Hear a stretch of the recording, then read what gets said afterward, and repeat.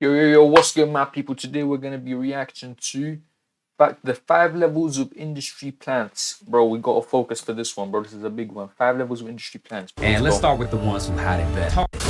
Every time an artist blows up overnight, the internet does what the internet does best. The term industry plant gets thrown around so much now that, it's hard to even know what it means anymore. See, there's levels to this. And let's start with the ones who had it best. The organic. Step on the glass, staple your tongue. These are the artists who still need you to believe that they started from nothing. The story has to feel real. The struggle, the discovery, the breakthrough, the indie darlings who got lucky with a viral moment.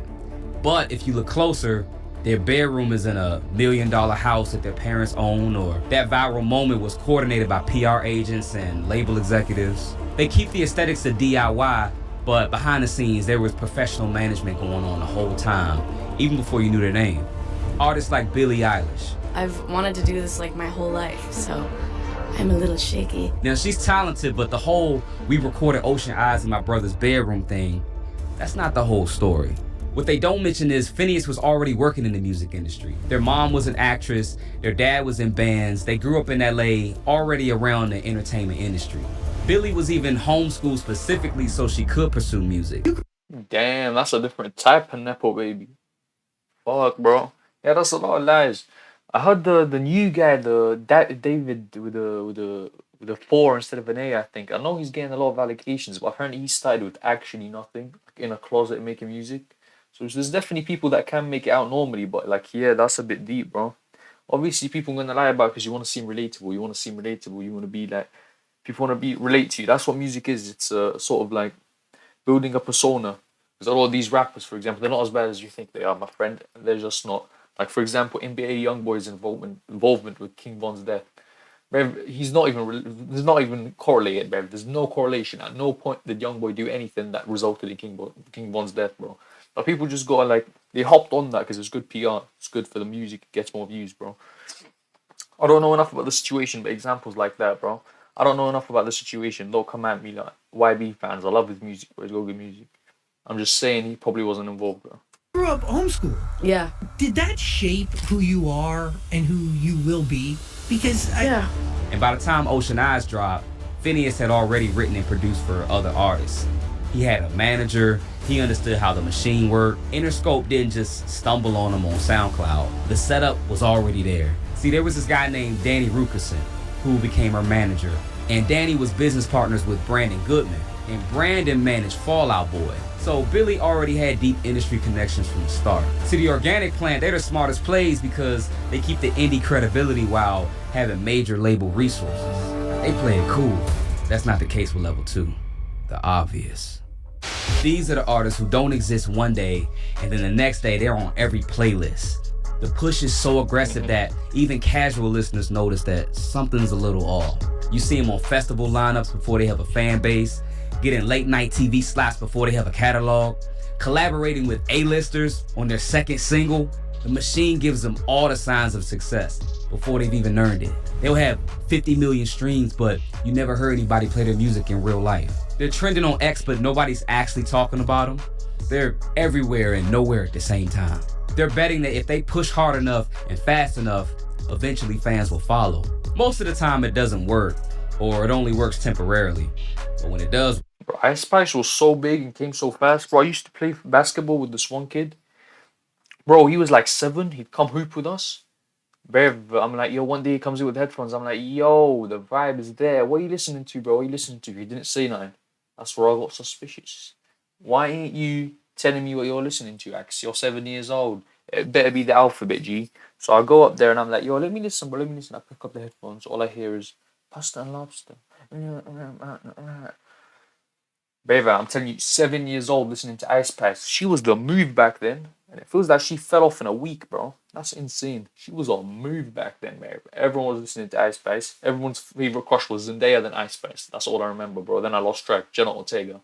Fuck me, babe. Never my cup of tea. She looks like some average Middle Eastern chick. So I don't know what am I gonna fucking do. She looks like your average fucking South American. But I mean, I ain't hating, bro. I ain't a hateful guy. I'm just observing, alright? I'm just making observations, bro. work. it works fast. Now, she's cliche to talk about at this point, but the artist most people talk about in this category has to be Ice Spice. Once again, Ice Spice. She went from unknown to featuring with major artists in a few months. Munch dropped in August of 2022, and by October, she was already being called the Princess of Rap. And then she was at the Met Gala by May. Also, her music video blew up on World Star Hip Hop, and I can tell you, being in the music industry myself, World Star charges big money to feature you. But if you look even closer than that, her label 10K Projects is run by Elliot Grange. And Elliot is the son of Lucian Grange, who runs Universal Music Group. So it's not just the money, it's also the access and every door being open for you at the same time. Another one is Kid Laroi. Go, go, go. She always be talking like she no. Now, he's a controversial one because there's signs of him being an industry plant, but his upbringing and his start in the music industry is pretty highly debated. It's hard to really know for sure. First off, his dad was a music producer and sound engineer, and his mom was a talent manager. And after some digging, I found out that she started a management company called Mama Capone Management to help Kid Laroi and the people he was working with get on the map. And it goes a little bit deeper because the claim is that he grew up in poverty in the ghettos of Australia, but some of these early photos... The ghettos of Australia, bro. I ain't even gonna check, because I heard, Australia does have a lot of, like, gangs and shit. I ain't even gonna lie, bro. And how Australia started, bro? Australia, they used to send the prisoners in, like, England back when it was great. They used to send people from the UK in general. They used to send, like, criminals to Australia, I think. So it's like, most of them are descendants of criminals. Which is crazy to think about, but it's like, yo, bad man land. Even though it's a really nice country. The animals there, though, they're moving crazy, bro. They're moving crazy. I swear, if I see a spider the size of my hand, bruv, I'm leaving the country. I'm not killing it. I'm leaving the flipping country. I found would say otherwise. And of course, I wasn't there, so we still can't say for sure. But between the Juice WRLD features and the Justin Bieber collabs, it felt like he was being marketed as the next global superstar out of nowhere. And the most recent person people like to throw in this category is Doechii. Now, when you factor in her versatility and her stage presence, I think it's hard to say that she's not talented or doesn't deserve recognition. But everything was just so aggressive with her rise that people were calling her a plant before giving her a chance. So she signed to TDE, Kendrick's label. They're an independent label, but they got ties with the big three record companies, Sony, Universal, and Warner. She basically went from up-and-coming artist to winning a Grammy for Best Rap Album overnight. And her rise seems legit when you first look into it, because at one point, she just seemed like your average YouTuber that was on the come up. But it's pretty clear that she's had some big label backing before we all knew who she was. It's one thing to develop an artist's talents and skills, but it's another thing to spend major label money on plays and views. But what happens when an artist presents themselves as not having any money and no family and being 16 in the middle of Miami? Amethyst Amelia Kelly, aka Iggy Azalea. First things first, I'm the realist. Drop this and let the whole world feel it. A white girl from Australia, but you would never know that. Bro, what is it with Australia, bro? What is it with these Australians? Like, Kid Laroi, I've heard of. Her, never heard of her, bro. From listening to her fake urban southern accent. Better check my tax bracket. What you think was gonna happen? Nagging, now he's leaving. Yeah, that shit fake as fuck, bro. She sounds constipated. What's this? Y'all broke up like madmen.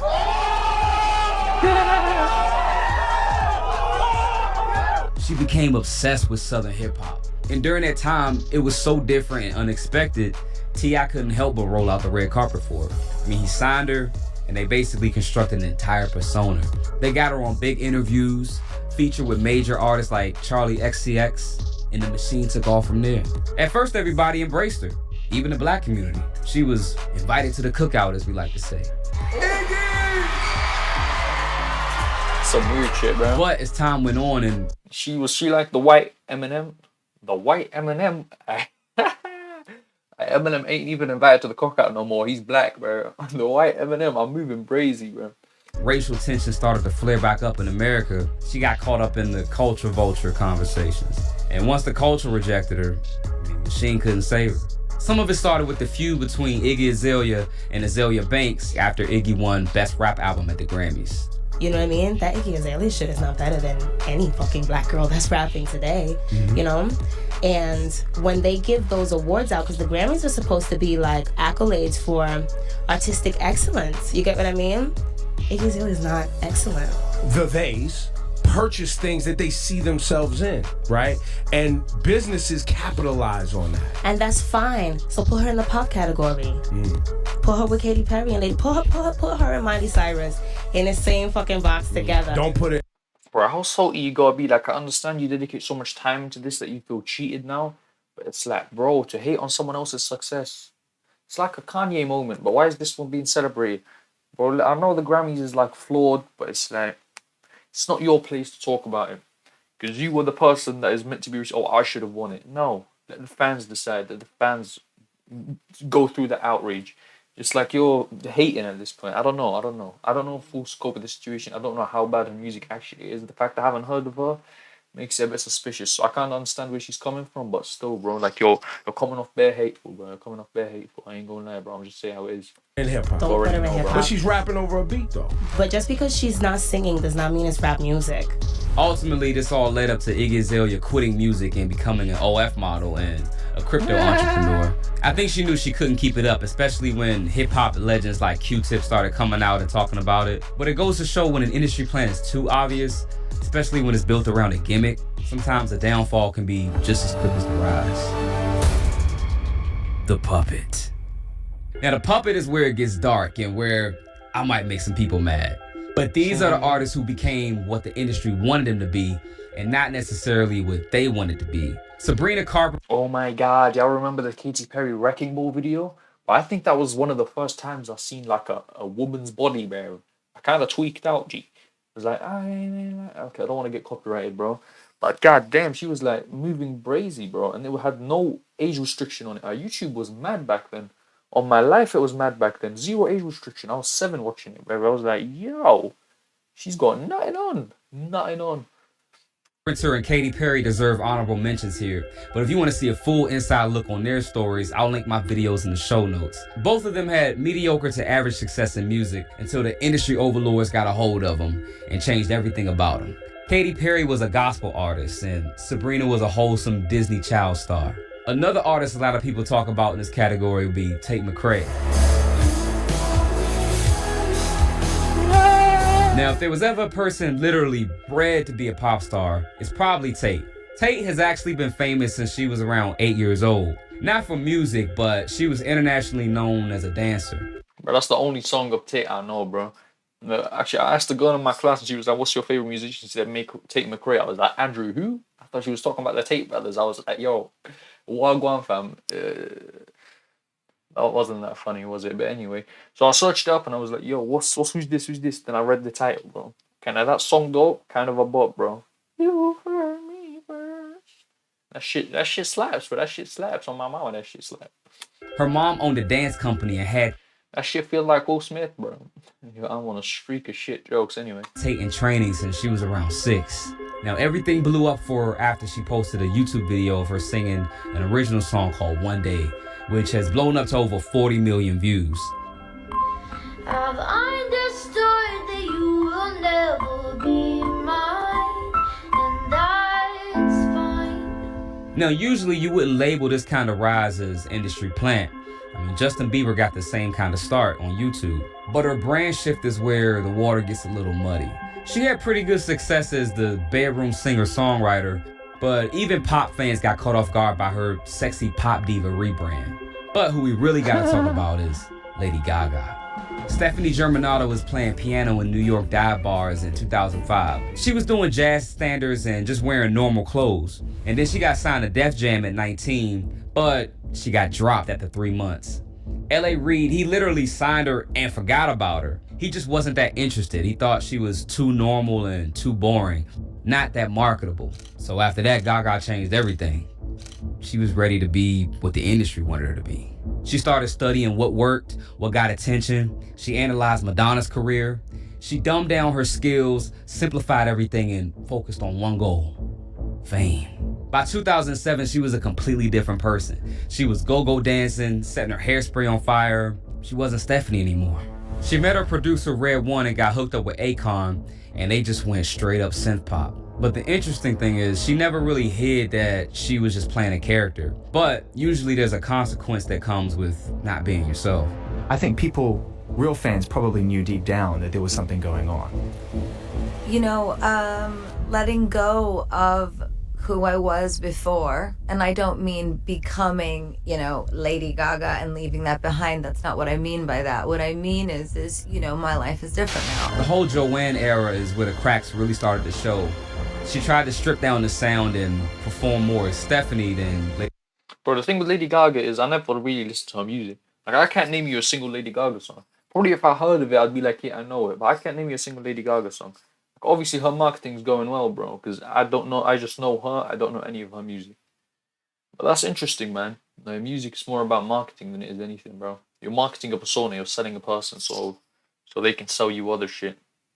Which is everything, but artists, they have that 3 minutes where they can, like, that's their content, so they can make it more like live streamers. You know they're bums if they're bums, bro. You get what I'm saying? But artists, they can build an image in your mind, bro. Can build an image in your mind. Lady Gaga, it was her trying to find herself again. But the public didn't want Stephanie. They wanted the monster. They wanted the spectacle, because that's what sells. But what if you could sell your music whether it was good or not? That's the case for level 4, the Nepo. Don't you dare disrespect Drizzy, bro. I swear to God, if you start disrespecting Drizzy, bro, he's the GOAT. He's the flipping GOAT. I'll fight anyone over that, bro. I'm not even going to sing any of his bangers, bro, because that shit is too fire for my system to handle, and I don't want to get copyrighted. Oh, baby. These artists were industry before they were even artists. They grew. By the way, I'm not like a Drake Glazer, but he put 4 people. I know none of them, including Jaden Smith, and then next to him is the man himself, Drakey Poo, Champagne Papi, bro. Don't do that. I fuck with Jaden Smith as well. I'm not trying. He's doing his thing, bro. I fuck with him. Grew up in recording studios. They had dinner with label executives. Got babysat by other pop stars. They'll talk about their journey, their struggle, their grind. But they had access to producers, writers, studios, nannies. They could fail as much as they want and still get another shot. The Nepo baby has mommy and daddy to give them every opportunity they need. Failure is not possible. Willow and Jada Smith were destined before they were even born. Willow dropped Whip My Hair at 10 years old on Rock Nation. And then she got to quit music because it was too much pressure. Then she... No, but I can't lie. Willow's dropping bangers these days, bro. She's dropping bangers, bro. I can't lie. Like, the fact she's his daughter, that helps her. She's got connections every here and there. But, like, her music's proper good, bro. I ain't gonna lie. Whatever connections she has, they're fucking working, bro. She got to come back whenever she felt like it.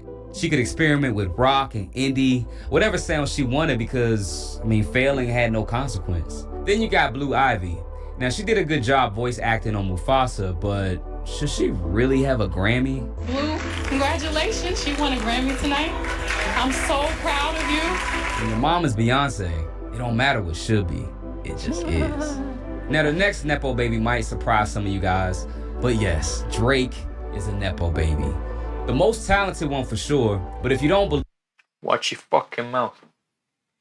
No, it's not that deep, bro. I'm not that much of a Drake Glazer, bro. But if you're a Kendrick Glazer, you also should be called out, bro. Like, I ain't fucking... What's it called? What's the word where you're, like, too focused on shit, like... Parasocial, bro. Like, I'm not that parasocial, bro. Believe me, I think it's time that we actually meet the Grams. And he recognized that, which I appreciate, bro. He is talented, even if he had opportunities growing up, bro. That's natural. That's normal, bro. But he's still got talent. What am I wafting about? What am I talking? So, his dad, Dennis Graham, was a drummer who worked with Jerry Lee Lewis. Jerry Lee Lewis was one of the pioneers for rock and roll. Then you got his uncle, Larry Graham, who was a singer himself, and he was a bass player for Sly and the Family Stone, one of the most famous funk groups of all time. And then you got his other uncle, Teenie Hobbs, who was a songwriter and guitar player for Al Green. Drake was playing on Degrassi and making $50 grand a year when he was a teenager.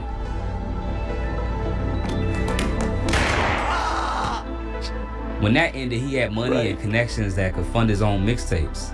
Now, started from the bottom is great branding, but the bottom was middle class with industry connections. But the most successful and possibly the saddest of them all is level 5, the super plant. The Super Plant is as close to a robot as you can get.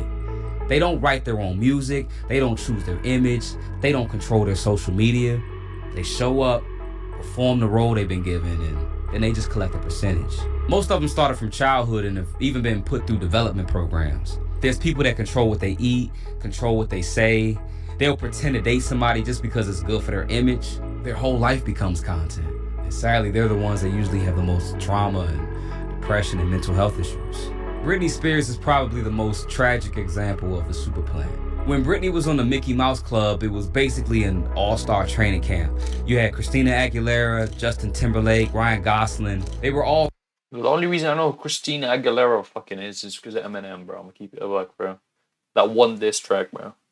Damn, is that the guy from Barbie? Fucking hell, bro. They've been out here on Hollywood, bro. These people start young, bro. Alright, I see you. Kids being groomed for stardom. But when Britney signed with Jive Records when she was 15, they created the whole package for her. Britney could actually sing, but they were giving her baby voice pop songs. And then they even controlled her virginity, because she wasn't a virgin, but they told her she had to tell the public that, so she could stay pure. I'm just wondering how you feel about all the constant speculation about your virginity and whether you are a virgin or not. What are we talking about? I really wish I would have never said anything to begin with, because I'm kind of stuck in this little place where people are always asking me. But, you know, that's just something that's part of growing up, and that's just something that we all have to deal with, so. They wanted to keep that young and innocent vibe. Why do you even need to know that? You don't need to share that, bro. Like, what? At what point is it something that's private, bro? Are you a virgin to a minor, bro? That's a bit weird, bro. On my life, they were moving crazy, bro. TV could get away with so much back then. Like, if someone asked that, oh, fucking, what's that? The woman on TV, bro. She was calling out Justin Bieber. She's touching him weirdly, bro. TV back then was brazy, bro. Brazy. But at the same time, they were marketing her to be provocative.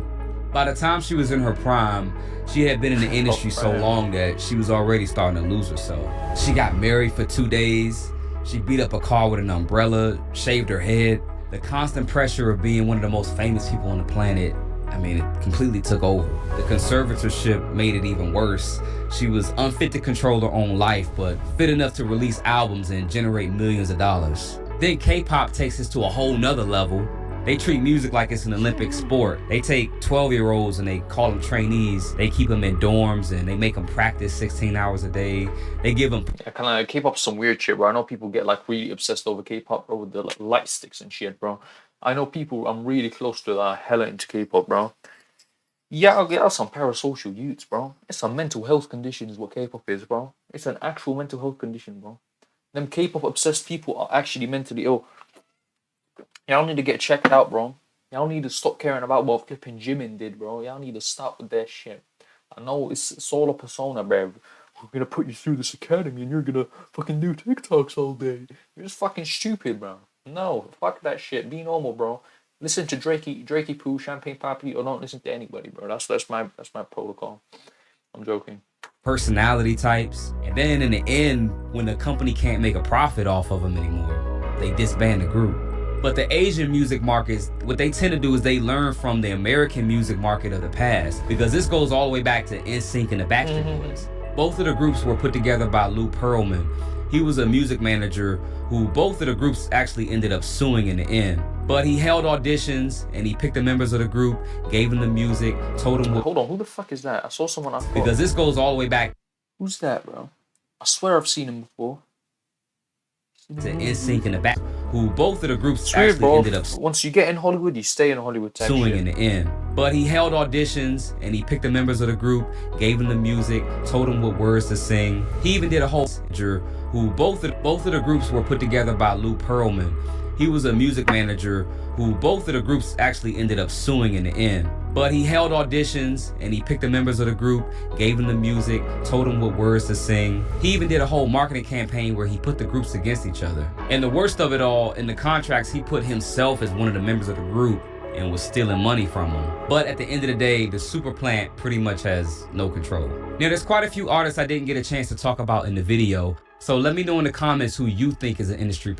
W flipping video. Let's check out his channel name. J Diggs, Diggs. I did not just say the N-word. Anyway, subscribe to this channel as well, guys. I'm trying to get monetized here. That was a W video though. Very entertaining, very good, good, loving. What am I on about, bro? Just subscribe.